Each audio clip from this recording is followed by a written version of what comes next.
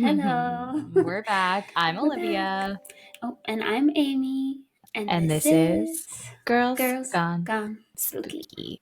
Yay. And my email just made a sound, which is Honestly, like quiet. Pavlov's dog. Like, Yeah. as soon as I hear it. Just immediately frightened. Terrible. Mm-hmm. Cortisol levels through the roof. Yeah, exactly. Well, we're going to hope and pray that our Wi-Fi holds today. Yeah. Yikes. It Yikes. seems better so far. Yeah, knock on wood. But it's not jinxed. Deafen those little wood nymphs that like to make our wishes not come true. Yeah. Couple things. One. Yeah. Have we talked about Halloween costumes yet?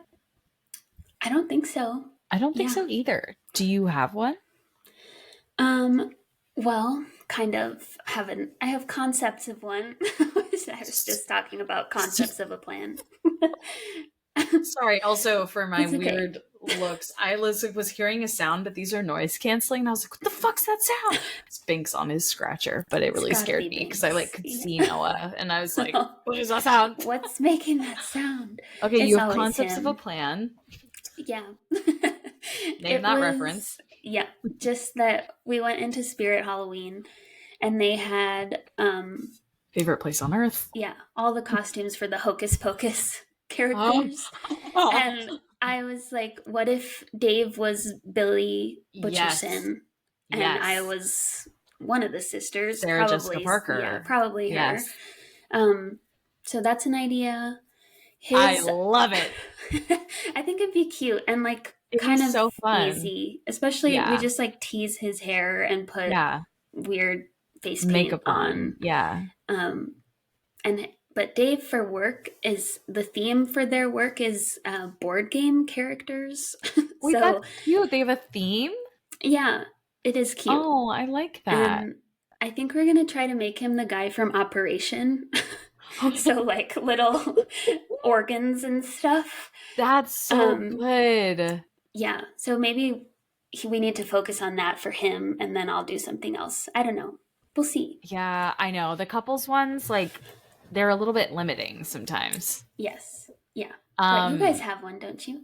We do. He's going to be Ghostface from Scream, and I'm going to be Drew Barrymore from the first scene, so the first person he kills. And yeah, and then, but then also for my birthday, I'm doing a murder mystery dinner, and I'm like so excited. I like assigned everyone's roles, and I'm like getting everything all ready.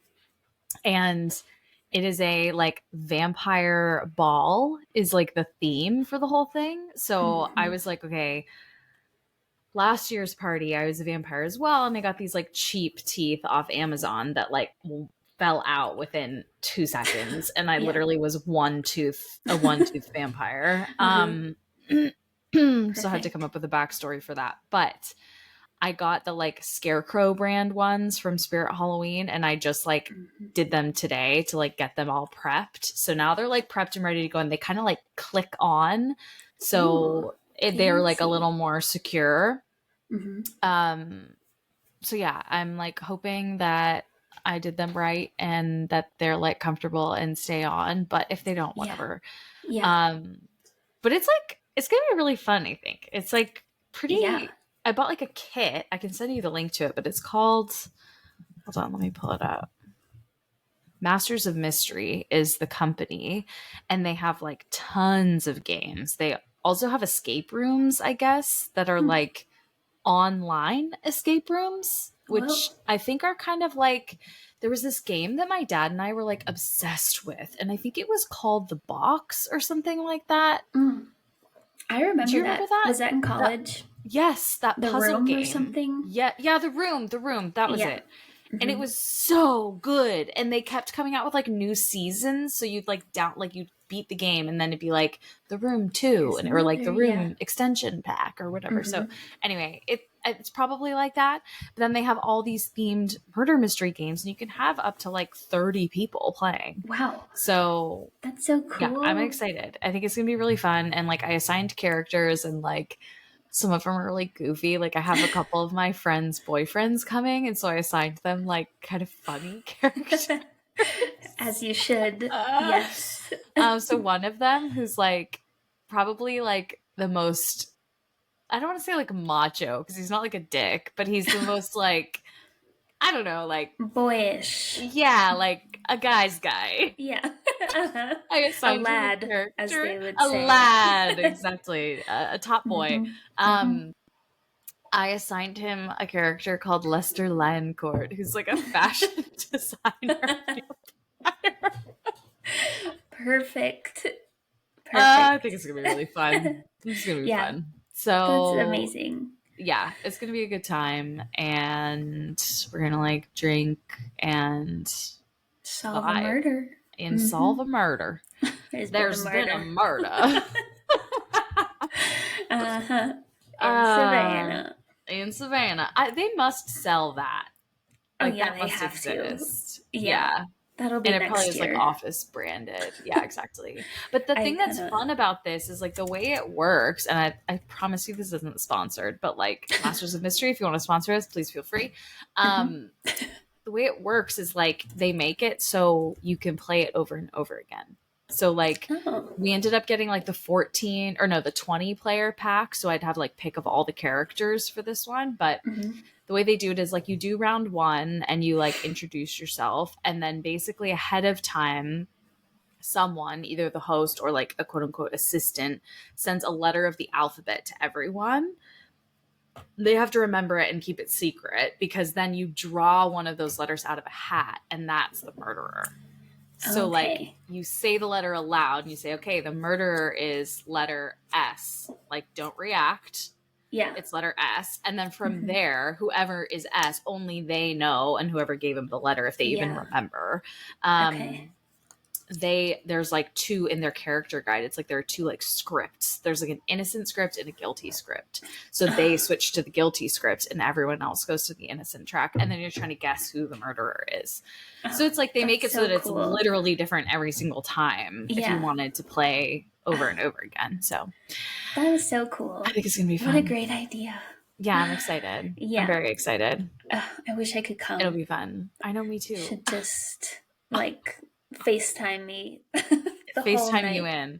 Well, they make it so that it also can be virtual, which is kind of cool. That would be fun. Yeah, not as it would be fun. Not as fun, but yeah, it's like it's cool that you can do it that way if you want to do like a virtual party or something. I think they probably rolled that out during COVID, but smart. Yeah. I'm so excited. Me too. We have a very interesting episode today, and I can't speak for your piece, but mine is probably like a little more conversational than like a bunch of stories. Like it's not like just back-to-back stories the way mine usually are. So I'll get into mine when we get there, but you're Perfect. Up. Okay. I think I have stories, but it could also definitely be conversational because this is not spooky necessarily. It's just one of our more heady, I don't know if that's the right word. No, I think that's right. So I'm going to talk about third man syndrome. Love it. So it starts on December 5th, 1914. Ernest Shackleton and a crew of 27 men and 1 stowaway, which I was like, why would you stow away on this boat? Because they were going to Antarctica. Oh, okay. With the goal of establishing a base at the Weddell Sea on the coast of Antarctica. So their ship was appropriately named the Endurance, but they quickly encountered this incredibly thick sea ice that surrounds Antarctica. It's giving Titanic. Yes. So they prodded their way through this ice for over a month until the winds changed direction. So they were coming from the north, and that caused all of the ice floes to press really tightly against each other, and it trapped the ship. They couldn't move forward, so they were stranded.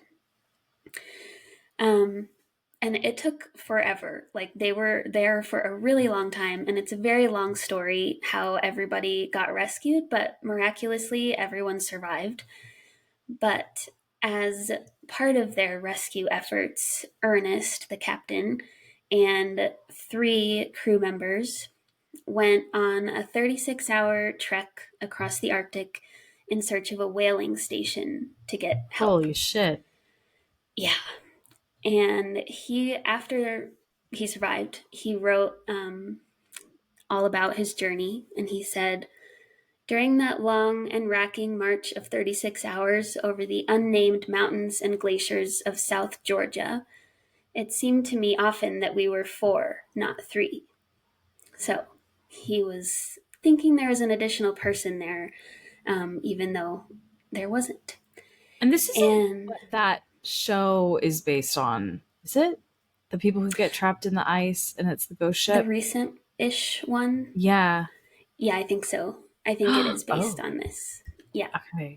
So I Exciting. only watched that in the background, so I don't actually know that, but I think it is. I've heard good things about it. I talked to my uncle about it, and he was like telling me, like trying to see if I put it in our notes, but I didn't. I'll see if I can find the name of the show because it's like evading me. It's like a 1-word thing. Yeah. But anyway, I will find it. Yeah, okay. But yes, I think it is based on that. Or the show is based on this, I should say. But okay, so we were 4, not 3. The poet T.S. Eliot was inspired by Shackleton's writings, and he wrote this in one of his poems. So he said, "Who is the third who walks always beside you? When I count, there are only you and I together. But when I look ahead up the white road, there is always another one walking beside you. Gliding, wrapped in a brown mantle, hooded, I do not know whether a man or a woman, but who is that on the other side of you?" Oh. So he wrote that, and then that caught the attention of the British explorer Frank Smythe, who was almost the first person to summit Mount Everest. I think he fell short of reaching the summit by like 1,000 feet or something. It was just terrible. Devastating. Yeah. But he, after reading that poem, shared his story of climbing Everest. There were terrible weather conditions. He could barely breathe. The rest of his group went back down because they were like, this is not worth it. He continued on completely alone.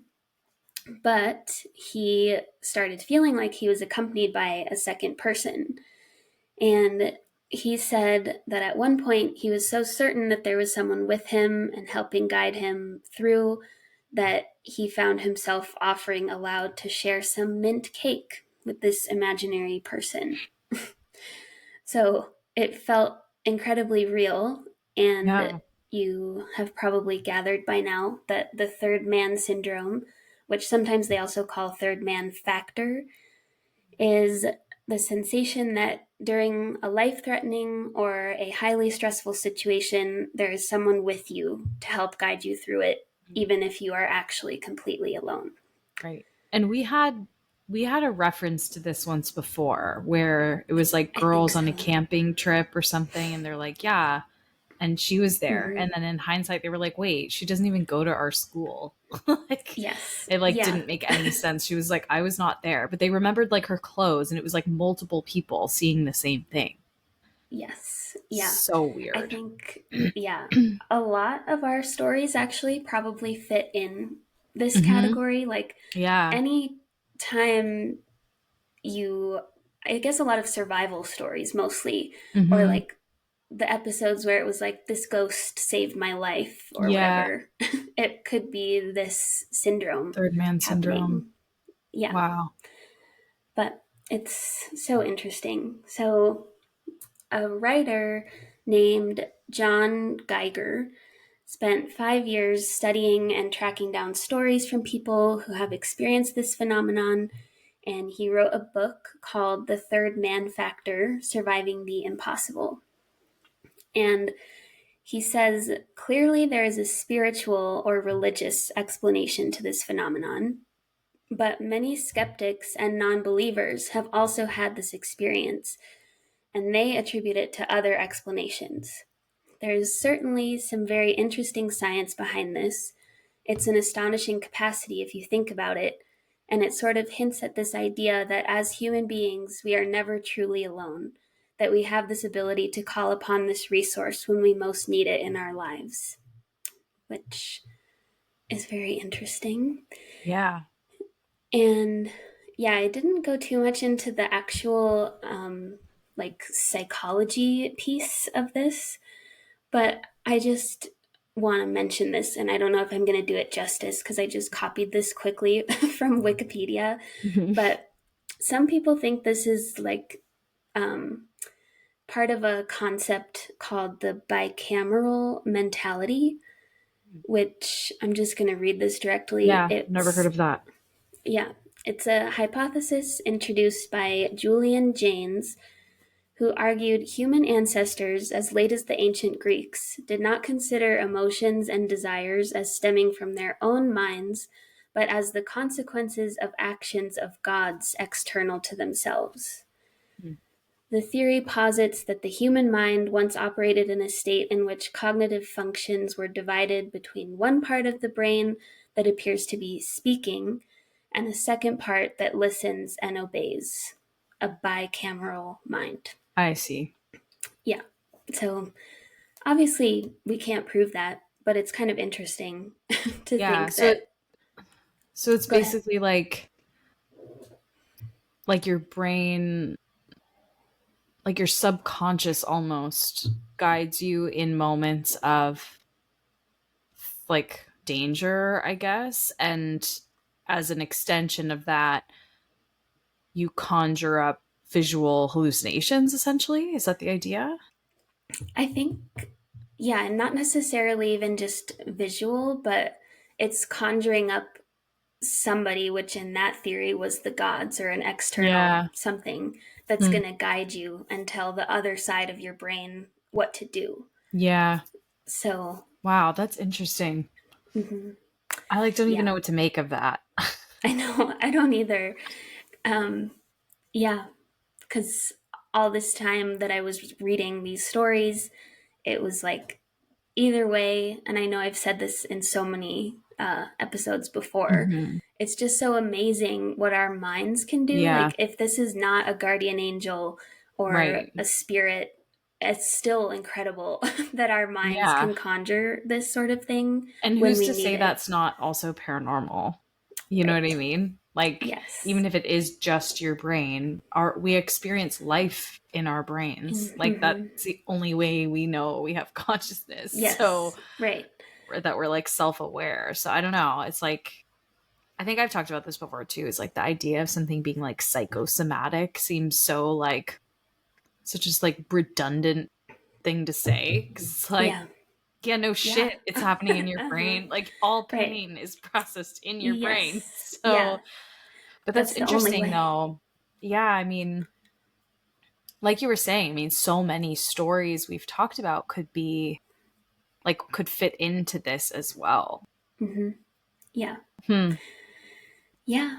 It's interesting. Very interesting. Oh, the show, by the way, is The Terror.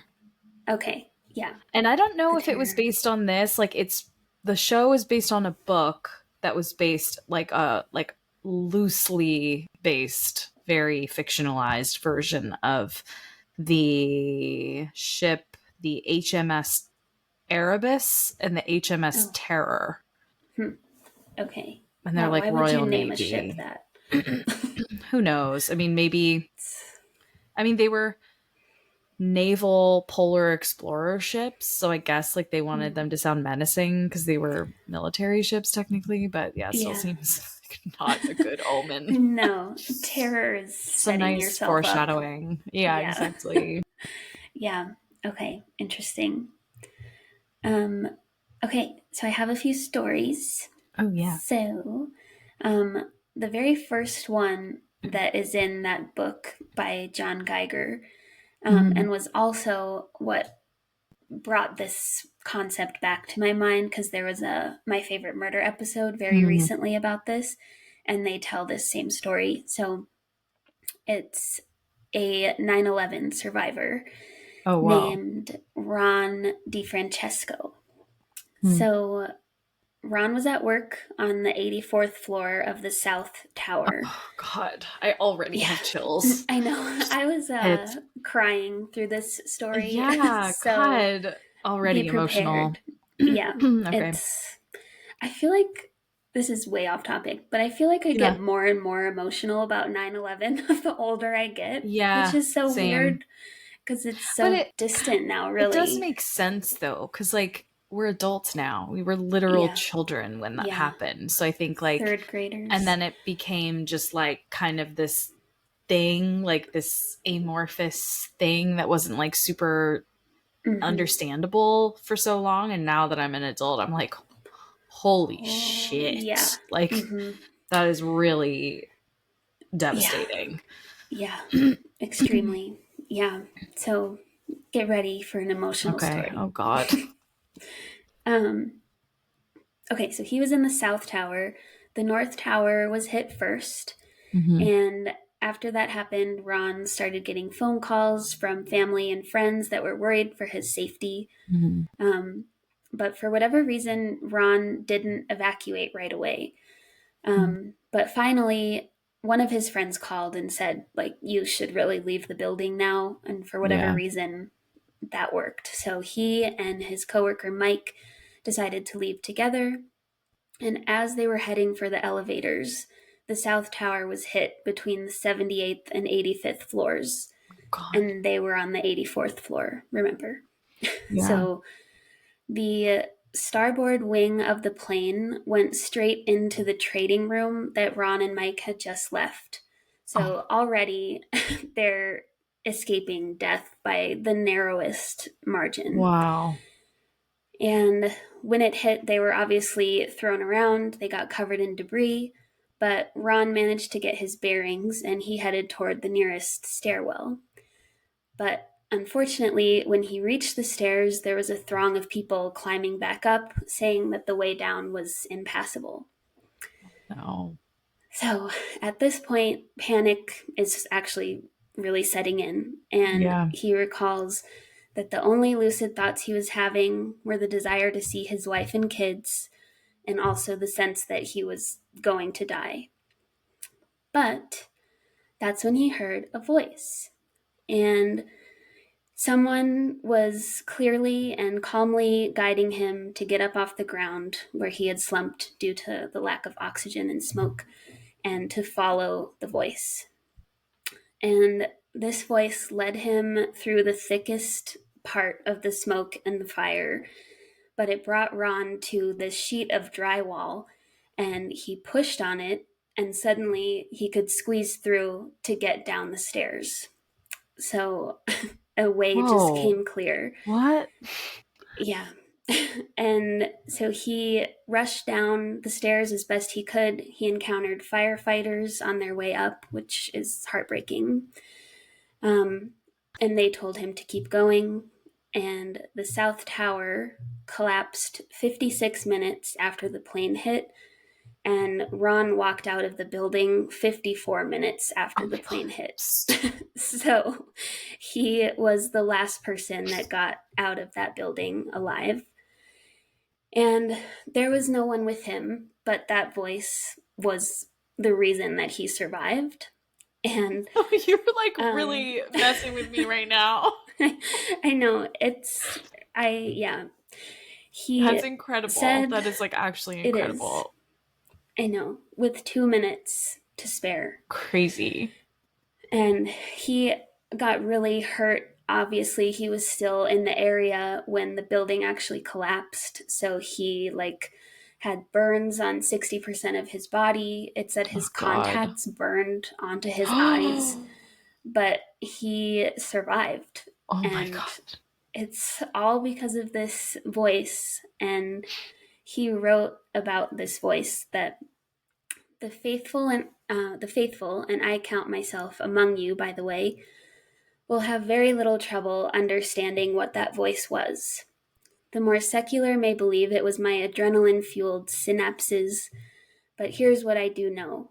If I ever hear a voice that clear, that calm, that forceful telling me to get up, I'll do it. So that's his story. I can't talk to you right now. I know. He made it, and actually he's Canadian. Yeah. He was from Hamilton. Oh, that's Ontario. Right in here. Yeah. Oh my God. So he survived. Why are you doing this to me? That's so emotional. It's emotional, and it's incredible that that's the reason he survived, and there was no person attached to that voice. Especially it was entirely him. Especially because there like wasn't another way out. Like that's the part to me that feels paranormal or like supernatural. Yes. Like he didn't know. He didn't know. How could he have known? No one knew how like the structure of the building at that point, because it had been compromised so severely. So I can understand how if he were an atheist before, he might not be after. Like that's absolutely. It makes you wonder too, like, you know, those stories of like, I woke up because someone yelled in my ear, like, get up right now. And then like a branch comes through the window and stabs their pillow where their head just was. It's like those same, it's kind of similar, right? I mean, it's different because you're already awake, but. Right. Yeah. Oh my God. What? Yeah. This voice, from what it sounds like, this voice told him to go toward the thickest smoke where he couldn't see, couldn't breathe, but just knew that that was the right place to go. And then you push on this drywall and suddenly there's a way for you to get out. Yeah. It's just amazing. And Jesus. Those kinds of stories that you just mentioned, I think they do fit into this category. Yeah. And I have a couple quick ones of those to share. Okay. But let's see. The other story, this also came from that My Favorite Murder episode, but it was just so amazing. And it's also emotional, so get ready. Great.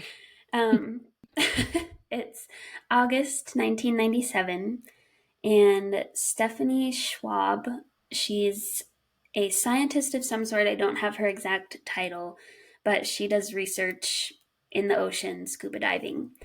Oh, okay. So, oh God, she's like I already see where this is going. Yeah, yep. She is diving in the Bahamas in an area called the Mermaid's Lair. And that's so cute. Yeah, I love that.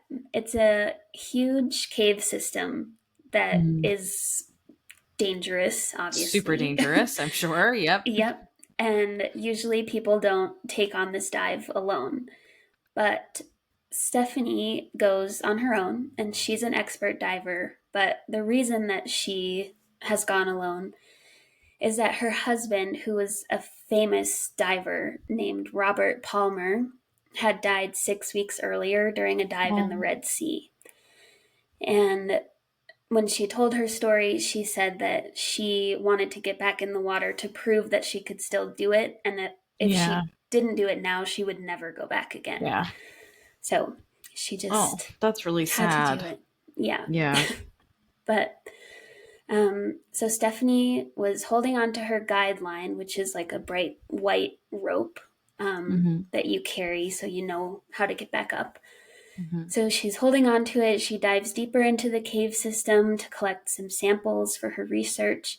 But when she finishes, she realizes that her guideline is gone. Oh, shit.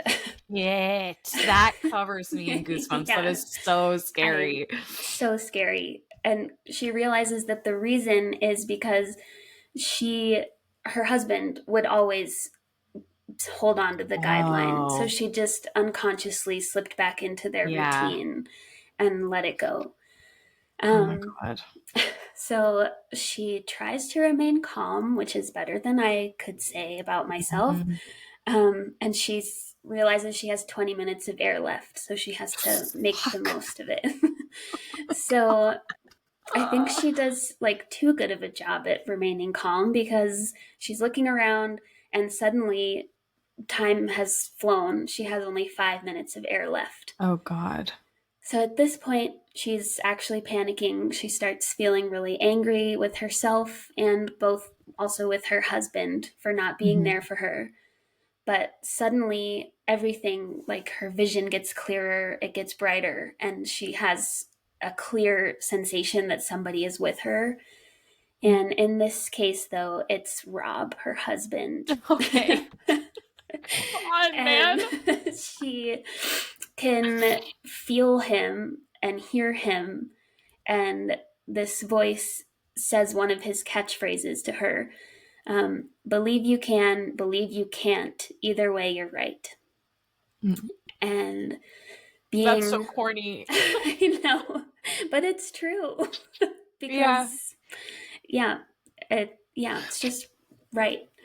And Stephanie is a scientist. She's very, like, fact to the point, and she's like, I'm obviously just hallucinating this.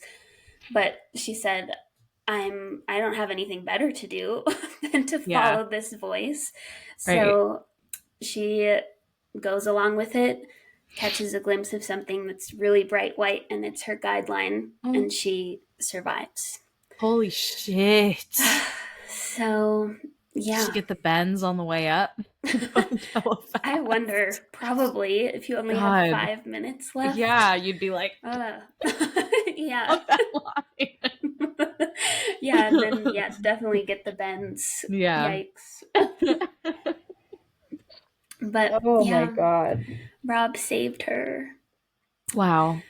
Thanks a lot, Amy. Yeah, I have 2 more that are Hit me. not as Okay, good. sad, I need a palate cleanser. They're just kind of amazing. So these were from a BuzzFeed article where people shared their stories. This one is anonymous, and they wrote, when my husband was in his 20s, he fell asleep while driving and crashed into a telephone pole.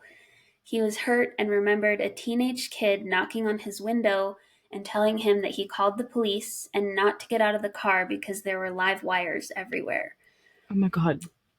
When my husband was finally rescued, there was no sign of the kid. The police said that no one had called them. They just came because the power was out. Not only that, but they said there was no way anyone could have gotten close enough to the car on account of the wires, and if my husband had tried to get out, they probably would have killed him. My husband so vividly remembers the kid, he believes he was real, but his mom believes it was a guardian angel.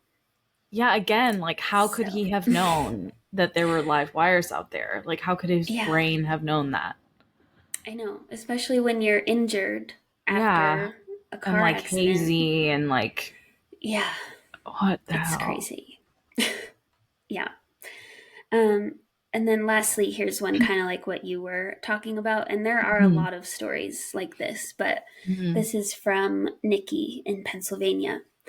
And she wrote, years ago, I was stopped at a toll booth where I had to grab an exit ticket. To reach the ticket, I had to unbuckle my seatbelt. There was a line of cars behind me, so I was going to just go through and put my seatbelt on later. I heard a male voice say, "Put your seatbelt on." My female friend in the car was asleep. I ignored the voice, then heard, "Put your seatbelt on now." I did. Then seconds later, I was clipped by a tractor trailer and flew over the median into the path of an oncoming car. The car was totaled, but my friend and I survived. I had bruises where the seatbelt kept me in the car and saved my life. If it weren't for the seatbelt, I would have gone through the windshield. You're a liar. I'm crying again. It's just... I think you've just, like, the gates are open now. It's not going to take much. Yeah, no. These are just incredible stories of survival. Yeah. And I feel like I've read a lot where it's like, my dad just passed away and I was about to, like, go through an intersection and he says, like, hit the brakes now. And, like, they hear their dad's voice or their, like, loved one who's recently deceased. And then, like, a Mack truck runs a red and they would have been T-boned and killed. Yeah. Yeah. There was one that was like, I was in my 3rd trimester with my first baby, and I knew, or like I felt a kiss on my cheek, and then suddenly my water broke. But her grandma had just died, and she was going to name the baby after the grandma. And she was like, I know that that was my grandma kissing me on the cheek and like blessing this baby to come. And it's enough, Amy. It's enough. But all of these are just so nice because they have good outcomes. Yes. So it's yes, 100%. I love this. And a nice departure from our usual, like, yeah. And then the witch, the witch's spirit, put a hex on them for life. Right. Or then the family dog was thrown against the wall. Or something terrible. That's worse, actually, than the witch hex. Oh my God, anyway. That was very good. Well done, Third Man Syndrome. There are many other podcasts that talk about this, so if you're interested, check them out. Fascinating. Yeah. So my topic for today is not as heartwarming, not at all heartwarming. And I'm just going to read like a 2-sentence description of my topic.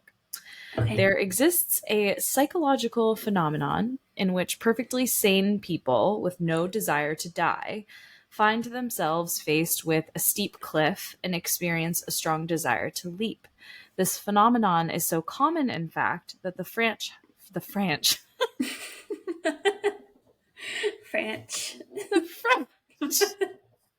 have a term for it. L'appel du vide, call of the void. Mm-hmm.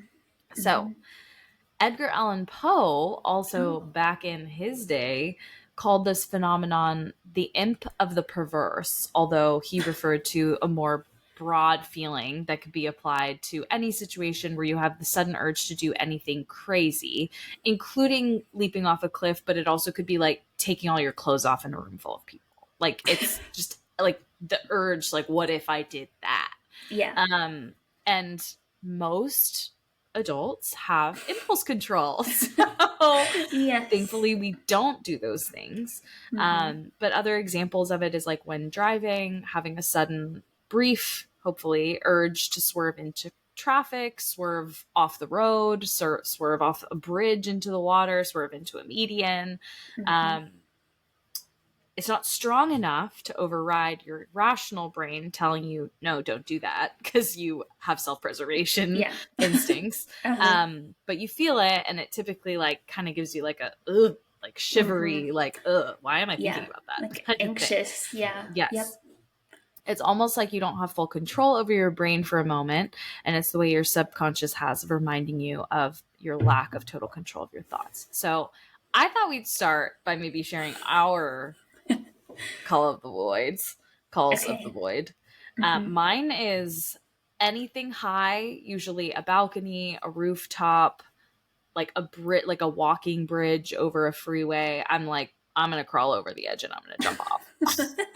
And I have like, we'll talk about this a little bit, but like, if you have obsessive compulsive disorder, and I'm not saying like, oh, I'm so OCD about that, but like diagnosed, there is a way that comes to life called intrusive thoughts. And it is an intrusive thought, call of the void, for sure. Yes. Some people, though, have a lot harder time, people with OCD especially have a lot harder time like disabling that train of thought. So I don't have intrusive thoughts, generally speaking, but this is one where sometimes I can cut it off if I want to, but sometimes I kind of like let my brain envision it fully, and it's really scary. Yes, it is scary. It's a really bad feeling. Yeah. And you snap yourself out of it and you're like, no, what? Stop. Like, don't do that. Right. Like, where did that come from? Yeah. I don't even know. Yeah. What is yours? I have the driving one. Okay. Like, okay, what if I just swerve over? That's funny. I never have that. Yeah. But it's to the point where I get really anxious when I'm driving other people. And even if I don't have that thought now, I'm anxious always when there are other people that I'm responsible for. Yeah. So I get I get that. sweaty when I drive. Yeah. Because of that thought. It's wild, like how pervasive it is. Mm-hmm. Yeah. I have others that are like more funny. Say it. But one is more recent because I am becoming a doula. So I am interacting with a lot more tiny little babies. Oh my God. And I think, I'm going to drop this baby.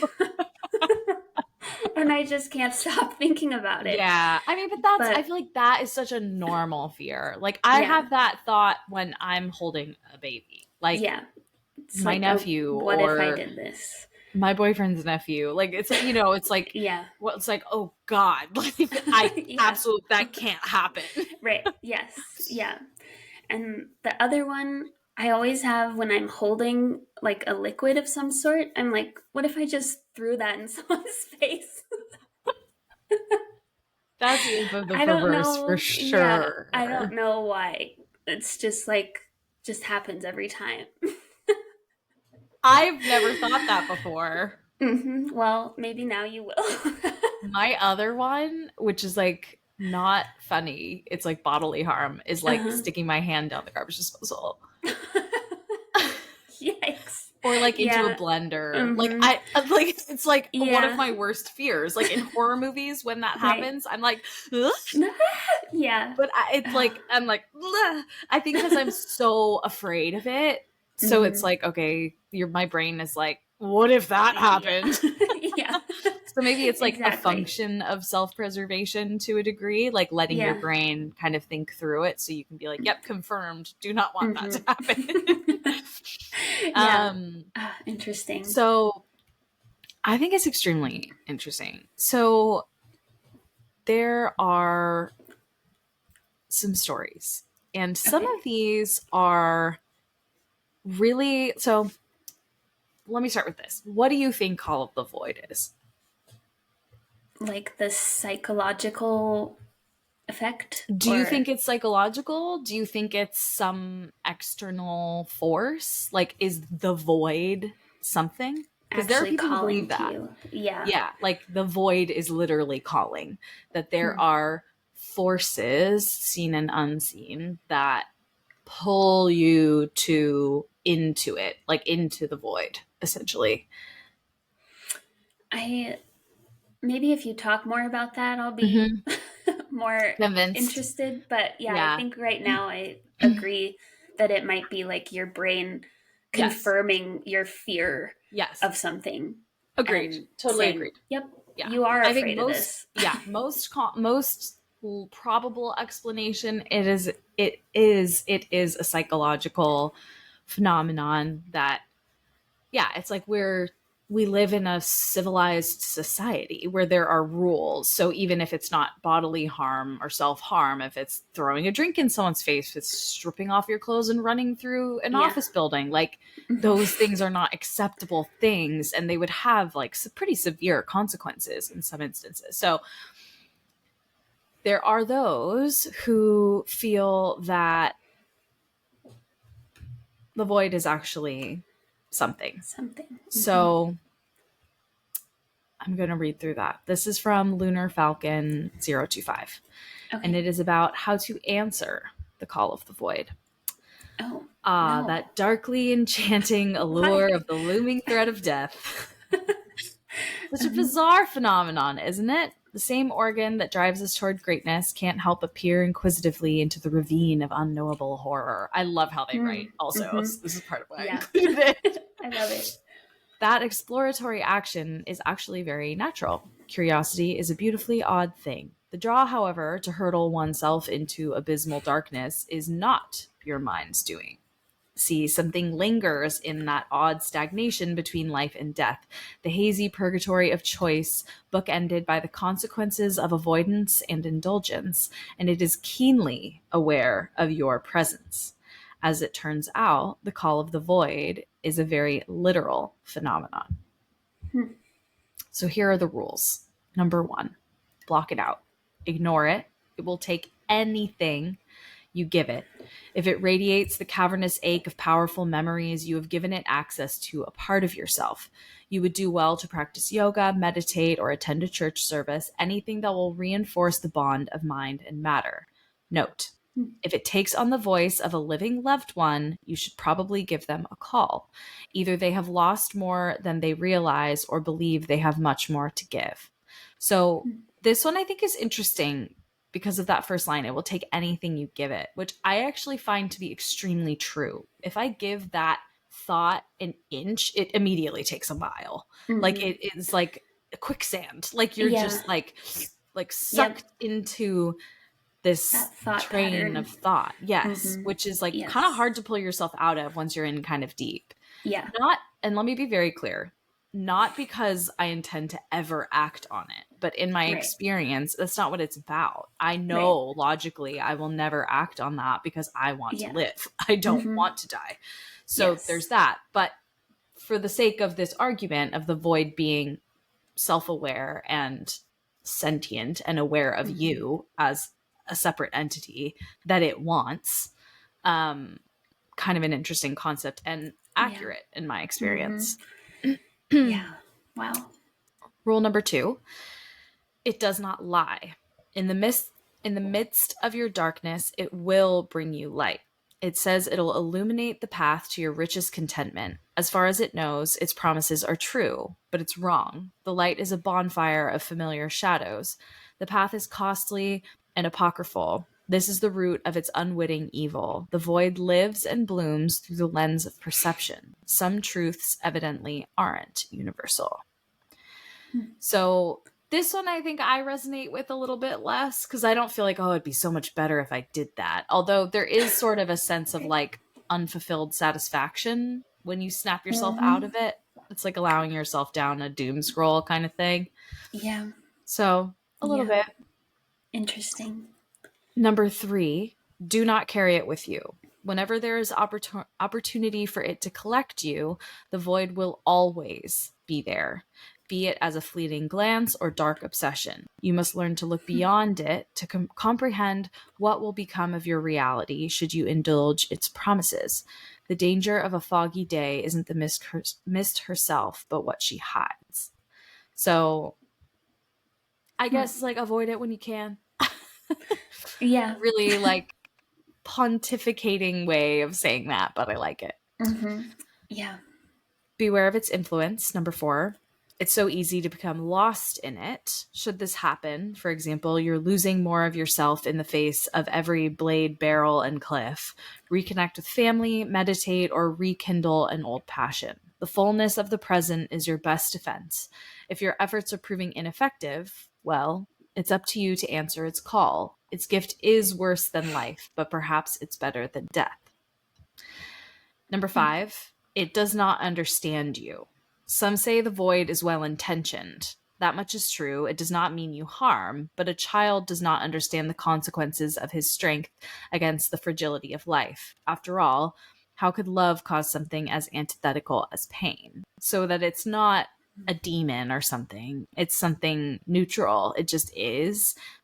And its entire purpose is to take you, essentially. Wow. 6. Creepy. I know. It gets like creepy and like very poetic at the same time. Yes, very. This feels very Edgar Allan Poe. Yes, totally. Yeah, you're right. It totally does. Number 6, the beauty is hollow and the peace unfulfilling. It can't give you the paradise it promises. Even the void cannot fathom the breadth and restlessness of the human mind. Should you give yourself to it, it will rip your mind out of your body and cleanse all the thoughts you've shared with it. This is its attempt to free you of your pain and allow you the peace of nothingness, but it cannot see what you have not shown it. All you will be is the disjointed residue of yourself, and you will know this. Number 7, this is where it gets... Well, I'll just read it. There's only one way to escape its grasp. You must make it hate you. You must convince it you are undeserving of its paradise. Radiate hatred when it engages with you. It will cast you out, keeping your memories of paradise. Well, that's what it thinks it does. I'm not exactly sure what it really takes or how much. Regardless, this will kill you. But it should completely sever the connection between your original physicality and your soul. So, like, getting a little bit more out there for sure. Yeah. But the idea is like, I think one of the things like I wish I could ask this person is, do you mean actually doing it, or do you mean letting yourself engage the call of the void or entertain it? You know what I mean? Like, is it the act of letting yourself like down that rabbit hole, or is it like actually doing the thing? Because I don't really think it's that. Yeah, it can't be, right? It eats at your engagement with it. Right. If that makes sense. Yeah. It'd also be really hard to fill yourself with hatred to try to get rid of it when that's happening. Yeah. I mean, I guess it would like snap you out of it, of like, yeah. But then you're just kind of getting mad at yourself, I guess. Well, apparently not according to this, but yeah. Anyway. I actually did see a video on Instagram of somebody who was having the feeling of like, oh, I'm going to turn into traffic. And she was like, Satan, get out of here. Like she was thinking it was the devil compelling her. Yeah. So that's a super common theory as well. Yes, that is a super common theory as well. Yikes. So yeah, and the last part, so the last part of number 7, they say, and this is like, again, like they really kind of take it a step beyond. They say, okay. So I said, but it should completely sever the connection between your original physicality and your soul. Unfortunately, it will also trap you here on Earth. You will roam the land of the living as a nondescript entity, a coagulate of energy piloted by foggy memories of a richer past. You may strengthen your new self and rebuild your memories through experience, provided the void has not taken too much. But as you do so, it will watch you. So again, it's not saying you've actually ended your life. It's saying like, you'll never be the same once you come back from one of those like deeper obsessions, kind of like obsessive thoughts. Yeah. Scary. Yeah. I don't want to do it. I know. And the last one, escape is not the end. Someday you may rejoin the world you haunt in full as a diluted iteration of yourself. The most common form seems to be as a bird or domesticated animal. If you're lucky, you may find yourself back in the lives of those you left behind. With every life you live, more and more of your awareness of your old self will wither away. This will be confusing, but it will not hurt. Be wary, though, for the void is not vindictive. It forgives and it remembers. It will see your fate as punishment enough and will deem you deserving of paradise. It will cry out for you. Do not heed its call. Whoa. Wow. So, yeah, people were like, this is so good. And someone from a year ago, Greedy Wolverine 99 said, damn, that's poetic. I think I'll just ignore steps 7 through 8 and keep ignoring and resisting the call, though. Yes. I was like, retweet. I would agree. Yeah, agreed. That's a good policy. Yes. And so my last little blurb is a story that isn't like specific to Call of the Void exactly, but you'll see why I included it. Okay. So keep in mind Void as like an entity. This is from Not a Minecraft Player, and the title is My Experience with the Void. I've had a few paranormal experiences in my short time so far on this earth, and this is most likely to be my last. I'll post here because the others are just small and can be brushed off quite simply. Probably, maybe this one is too. So here it goes. When I was a child, probably around 6 or 7, I decided to go off on a walk into the forest without asking my parents, who most likely thought I was just playing in the yard. There was a little cliff I went up to that I never climbed and decided to go back. It didn't go the exact way I took up, but it was relatively the same way. So anyway, they like walk up this cliff a little bit. I don't know why they worded it like that. I walked along the cliff a tiny bit and then take a left back down, right in front of a ledge that overlooks a beautiful waterfall. What do I see? A waterfall? No.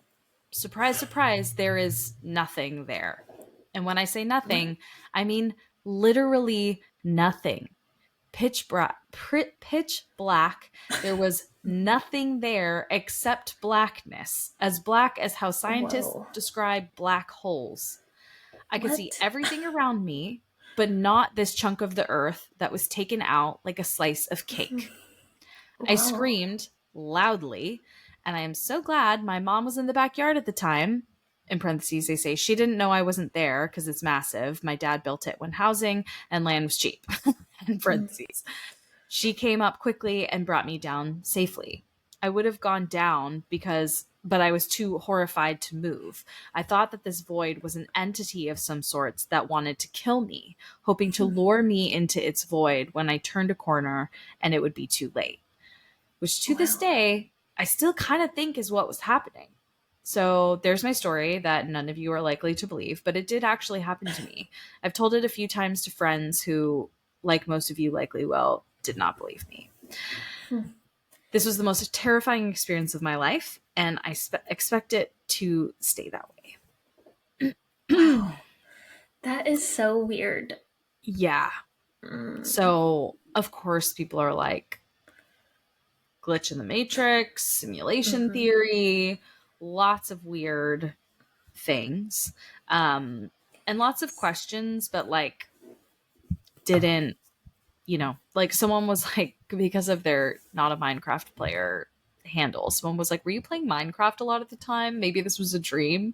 And they were like, no, did you get that idea from my username? I was around 8 or 9 when Minecraft was released officially in 2011. And I'm talking about a real life void, full black nothingness, nothing but black. If someone told me to think of terror and not in the definition, but as an abstract, I'd think of this. Right now, I'm trying to think of how I can ask my mom if she ever can confirm this happened. But anyway, I don't think she saw it in the way that I did. So anyway, I thought I would just end on that one because I thought it was so interesting. Like that not only did they see it and it really scared them, but they felt like it was calling. Like luring was the word they used. To go toward it. Yeah. That is really scary. Yeah. Yeah.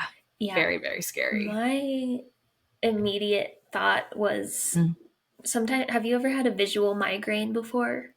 Where it's like blackness in your field of vision. Oh, interesting. That was my first thought, but I've had those and never felt like, oh, the void is calling. Right. I felt like, oh, I'm gonna die. Also, is it? I'm scared. That's not better. Jesus. Is it in a static location usually, or does it move as you move your eyes around? It moves with your eyes, so it's different. Yeah. No, but I mean, that's a really good theory. I mean, that's like a really solid theory, especially for a kid who's like never had one before. Yeah. And they're just looking, staring down at it, and then their mom snaps their attention away. I mean, who knows? It could be that. It just, the luring sensation is really very creepy. Really something. Yeah. It's something. It's something. Wow. Interesting. So, nobody answer the call. Nobody answer the call. Ring, ring. Don't pick up. Okay? Okay, babies? Yeah. No caller ID. No caller ID. We don't pick up. That is spam. Yes. That is a telemarketer. Yes.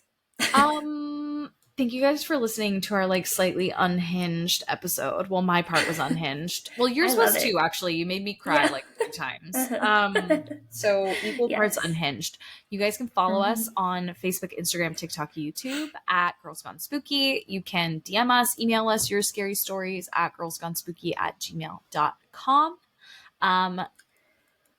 Rate and review the pod if you like it. If you don't. Anyway. But actually rate it if you like it. Word of mouth also helps to spread the word and get our listenership up. But we will talk to you guys next week. We are nearing Halloween. And we actually have I know. I literally cannot wait. We have a special little scheduled change. We will be dropping our Halloween episode on Halloween, so a day early. Instead of November 1, it'll be on October 31st. Dun, dun, dun. Best day of the year. Best day of the year. So yeah, also DM us what you guys are wearing for Halloween so we can put it in our stash of costume ideas. And we'll also gladly repost them on our Instagram and social channels if you've got some fun ones to show off. So I'll repeat that at the beginning of next episode in case we've lost some people at this point. But yeah, we love you guys. We'll see you next week. Until then, stay spooky. Stay spooky. Bye. Bye.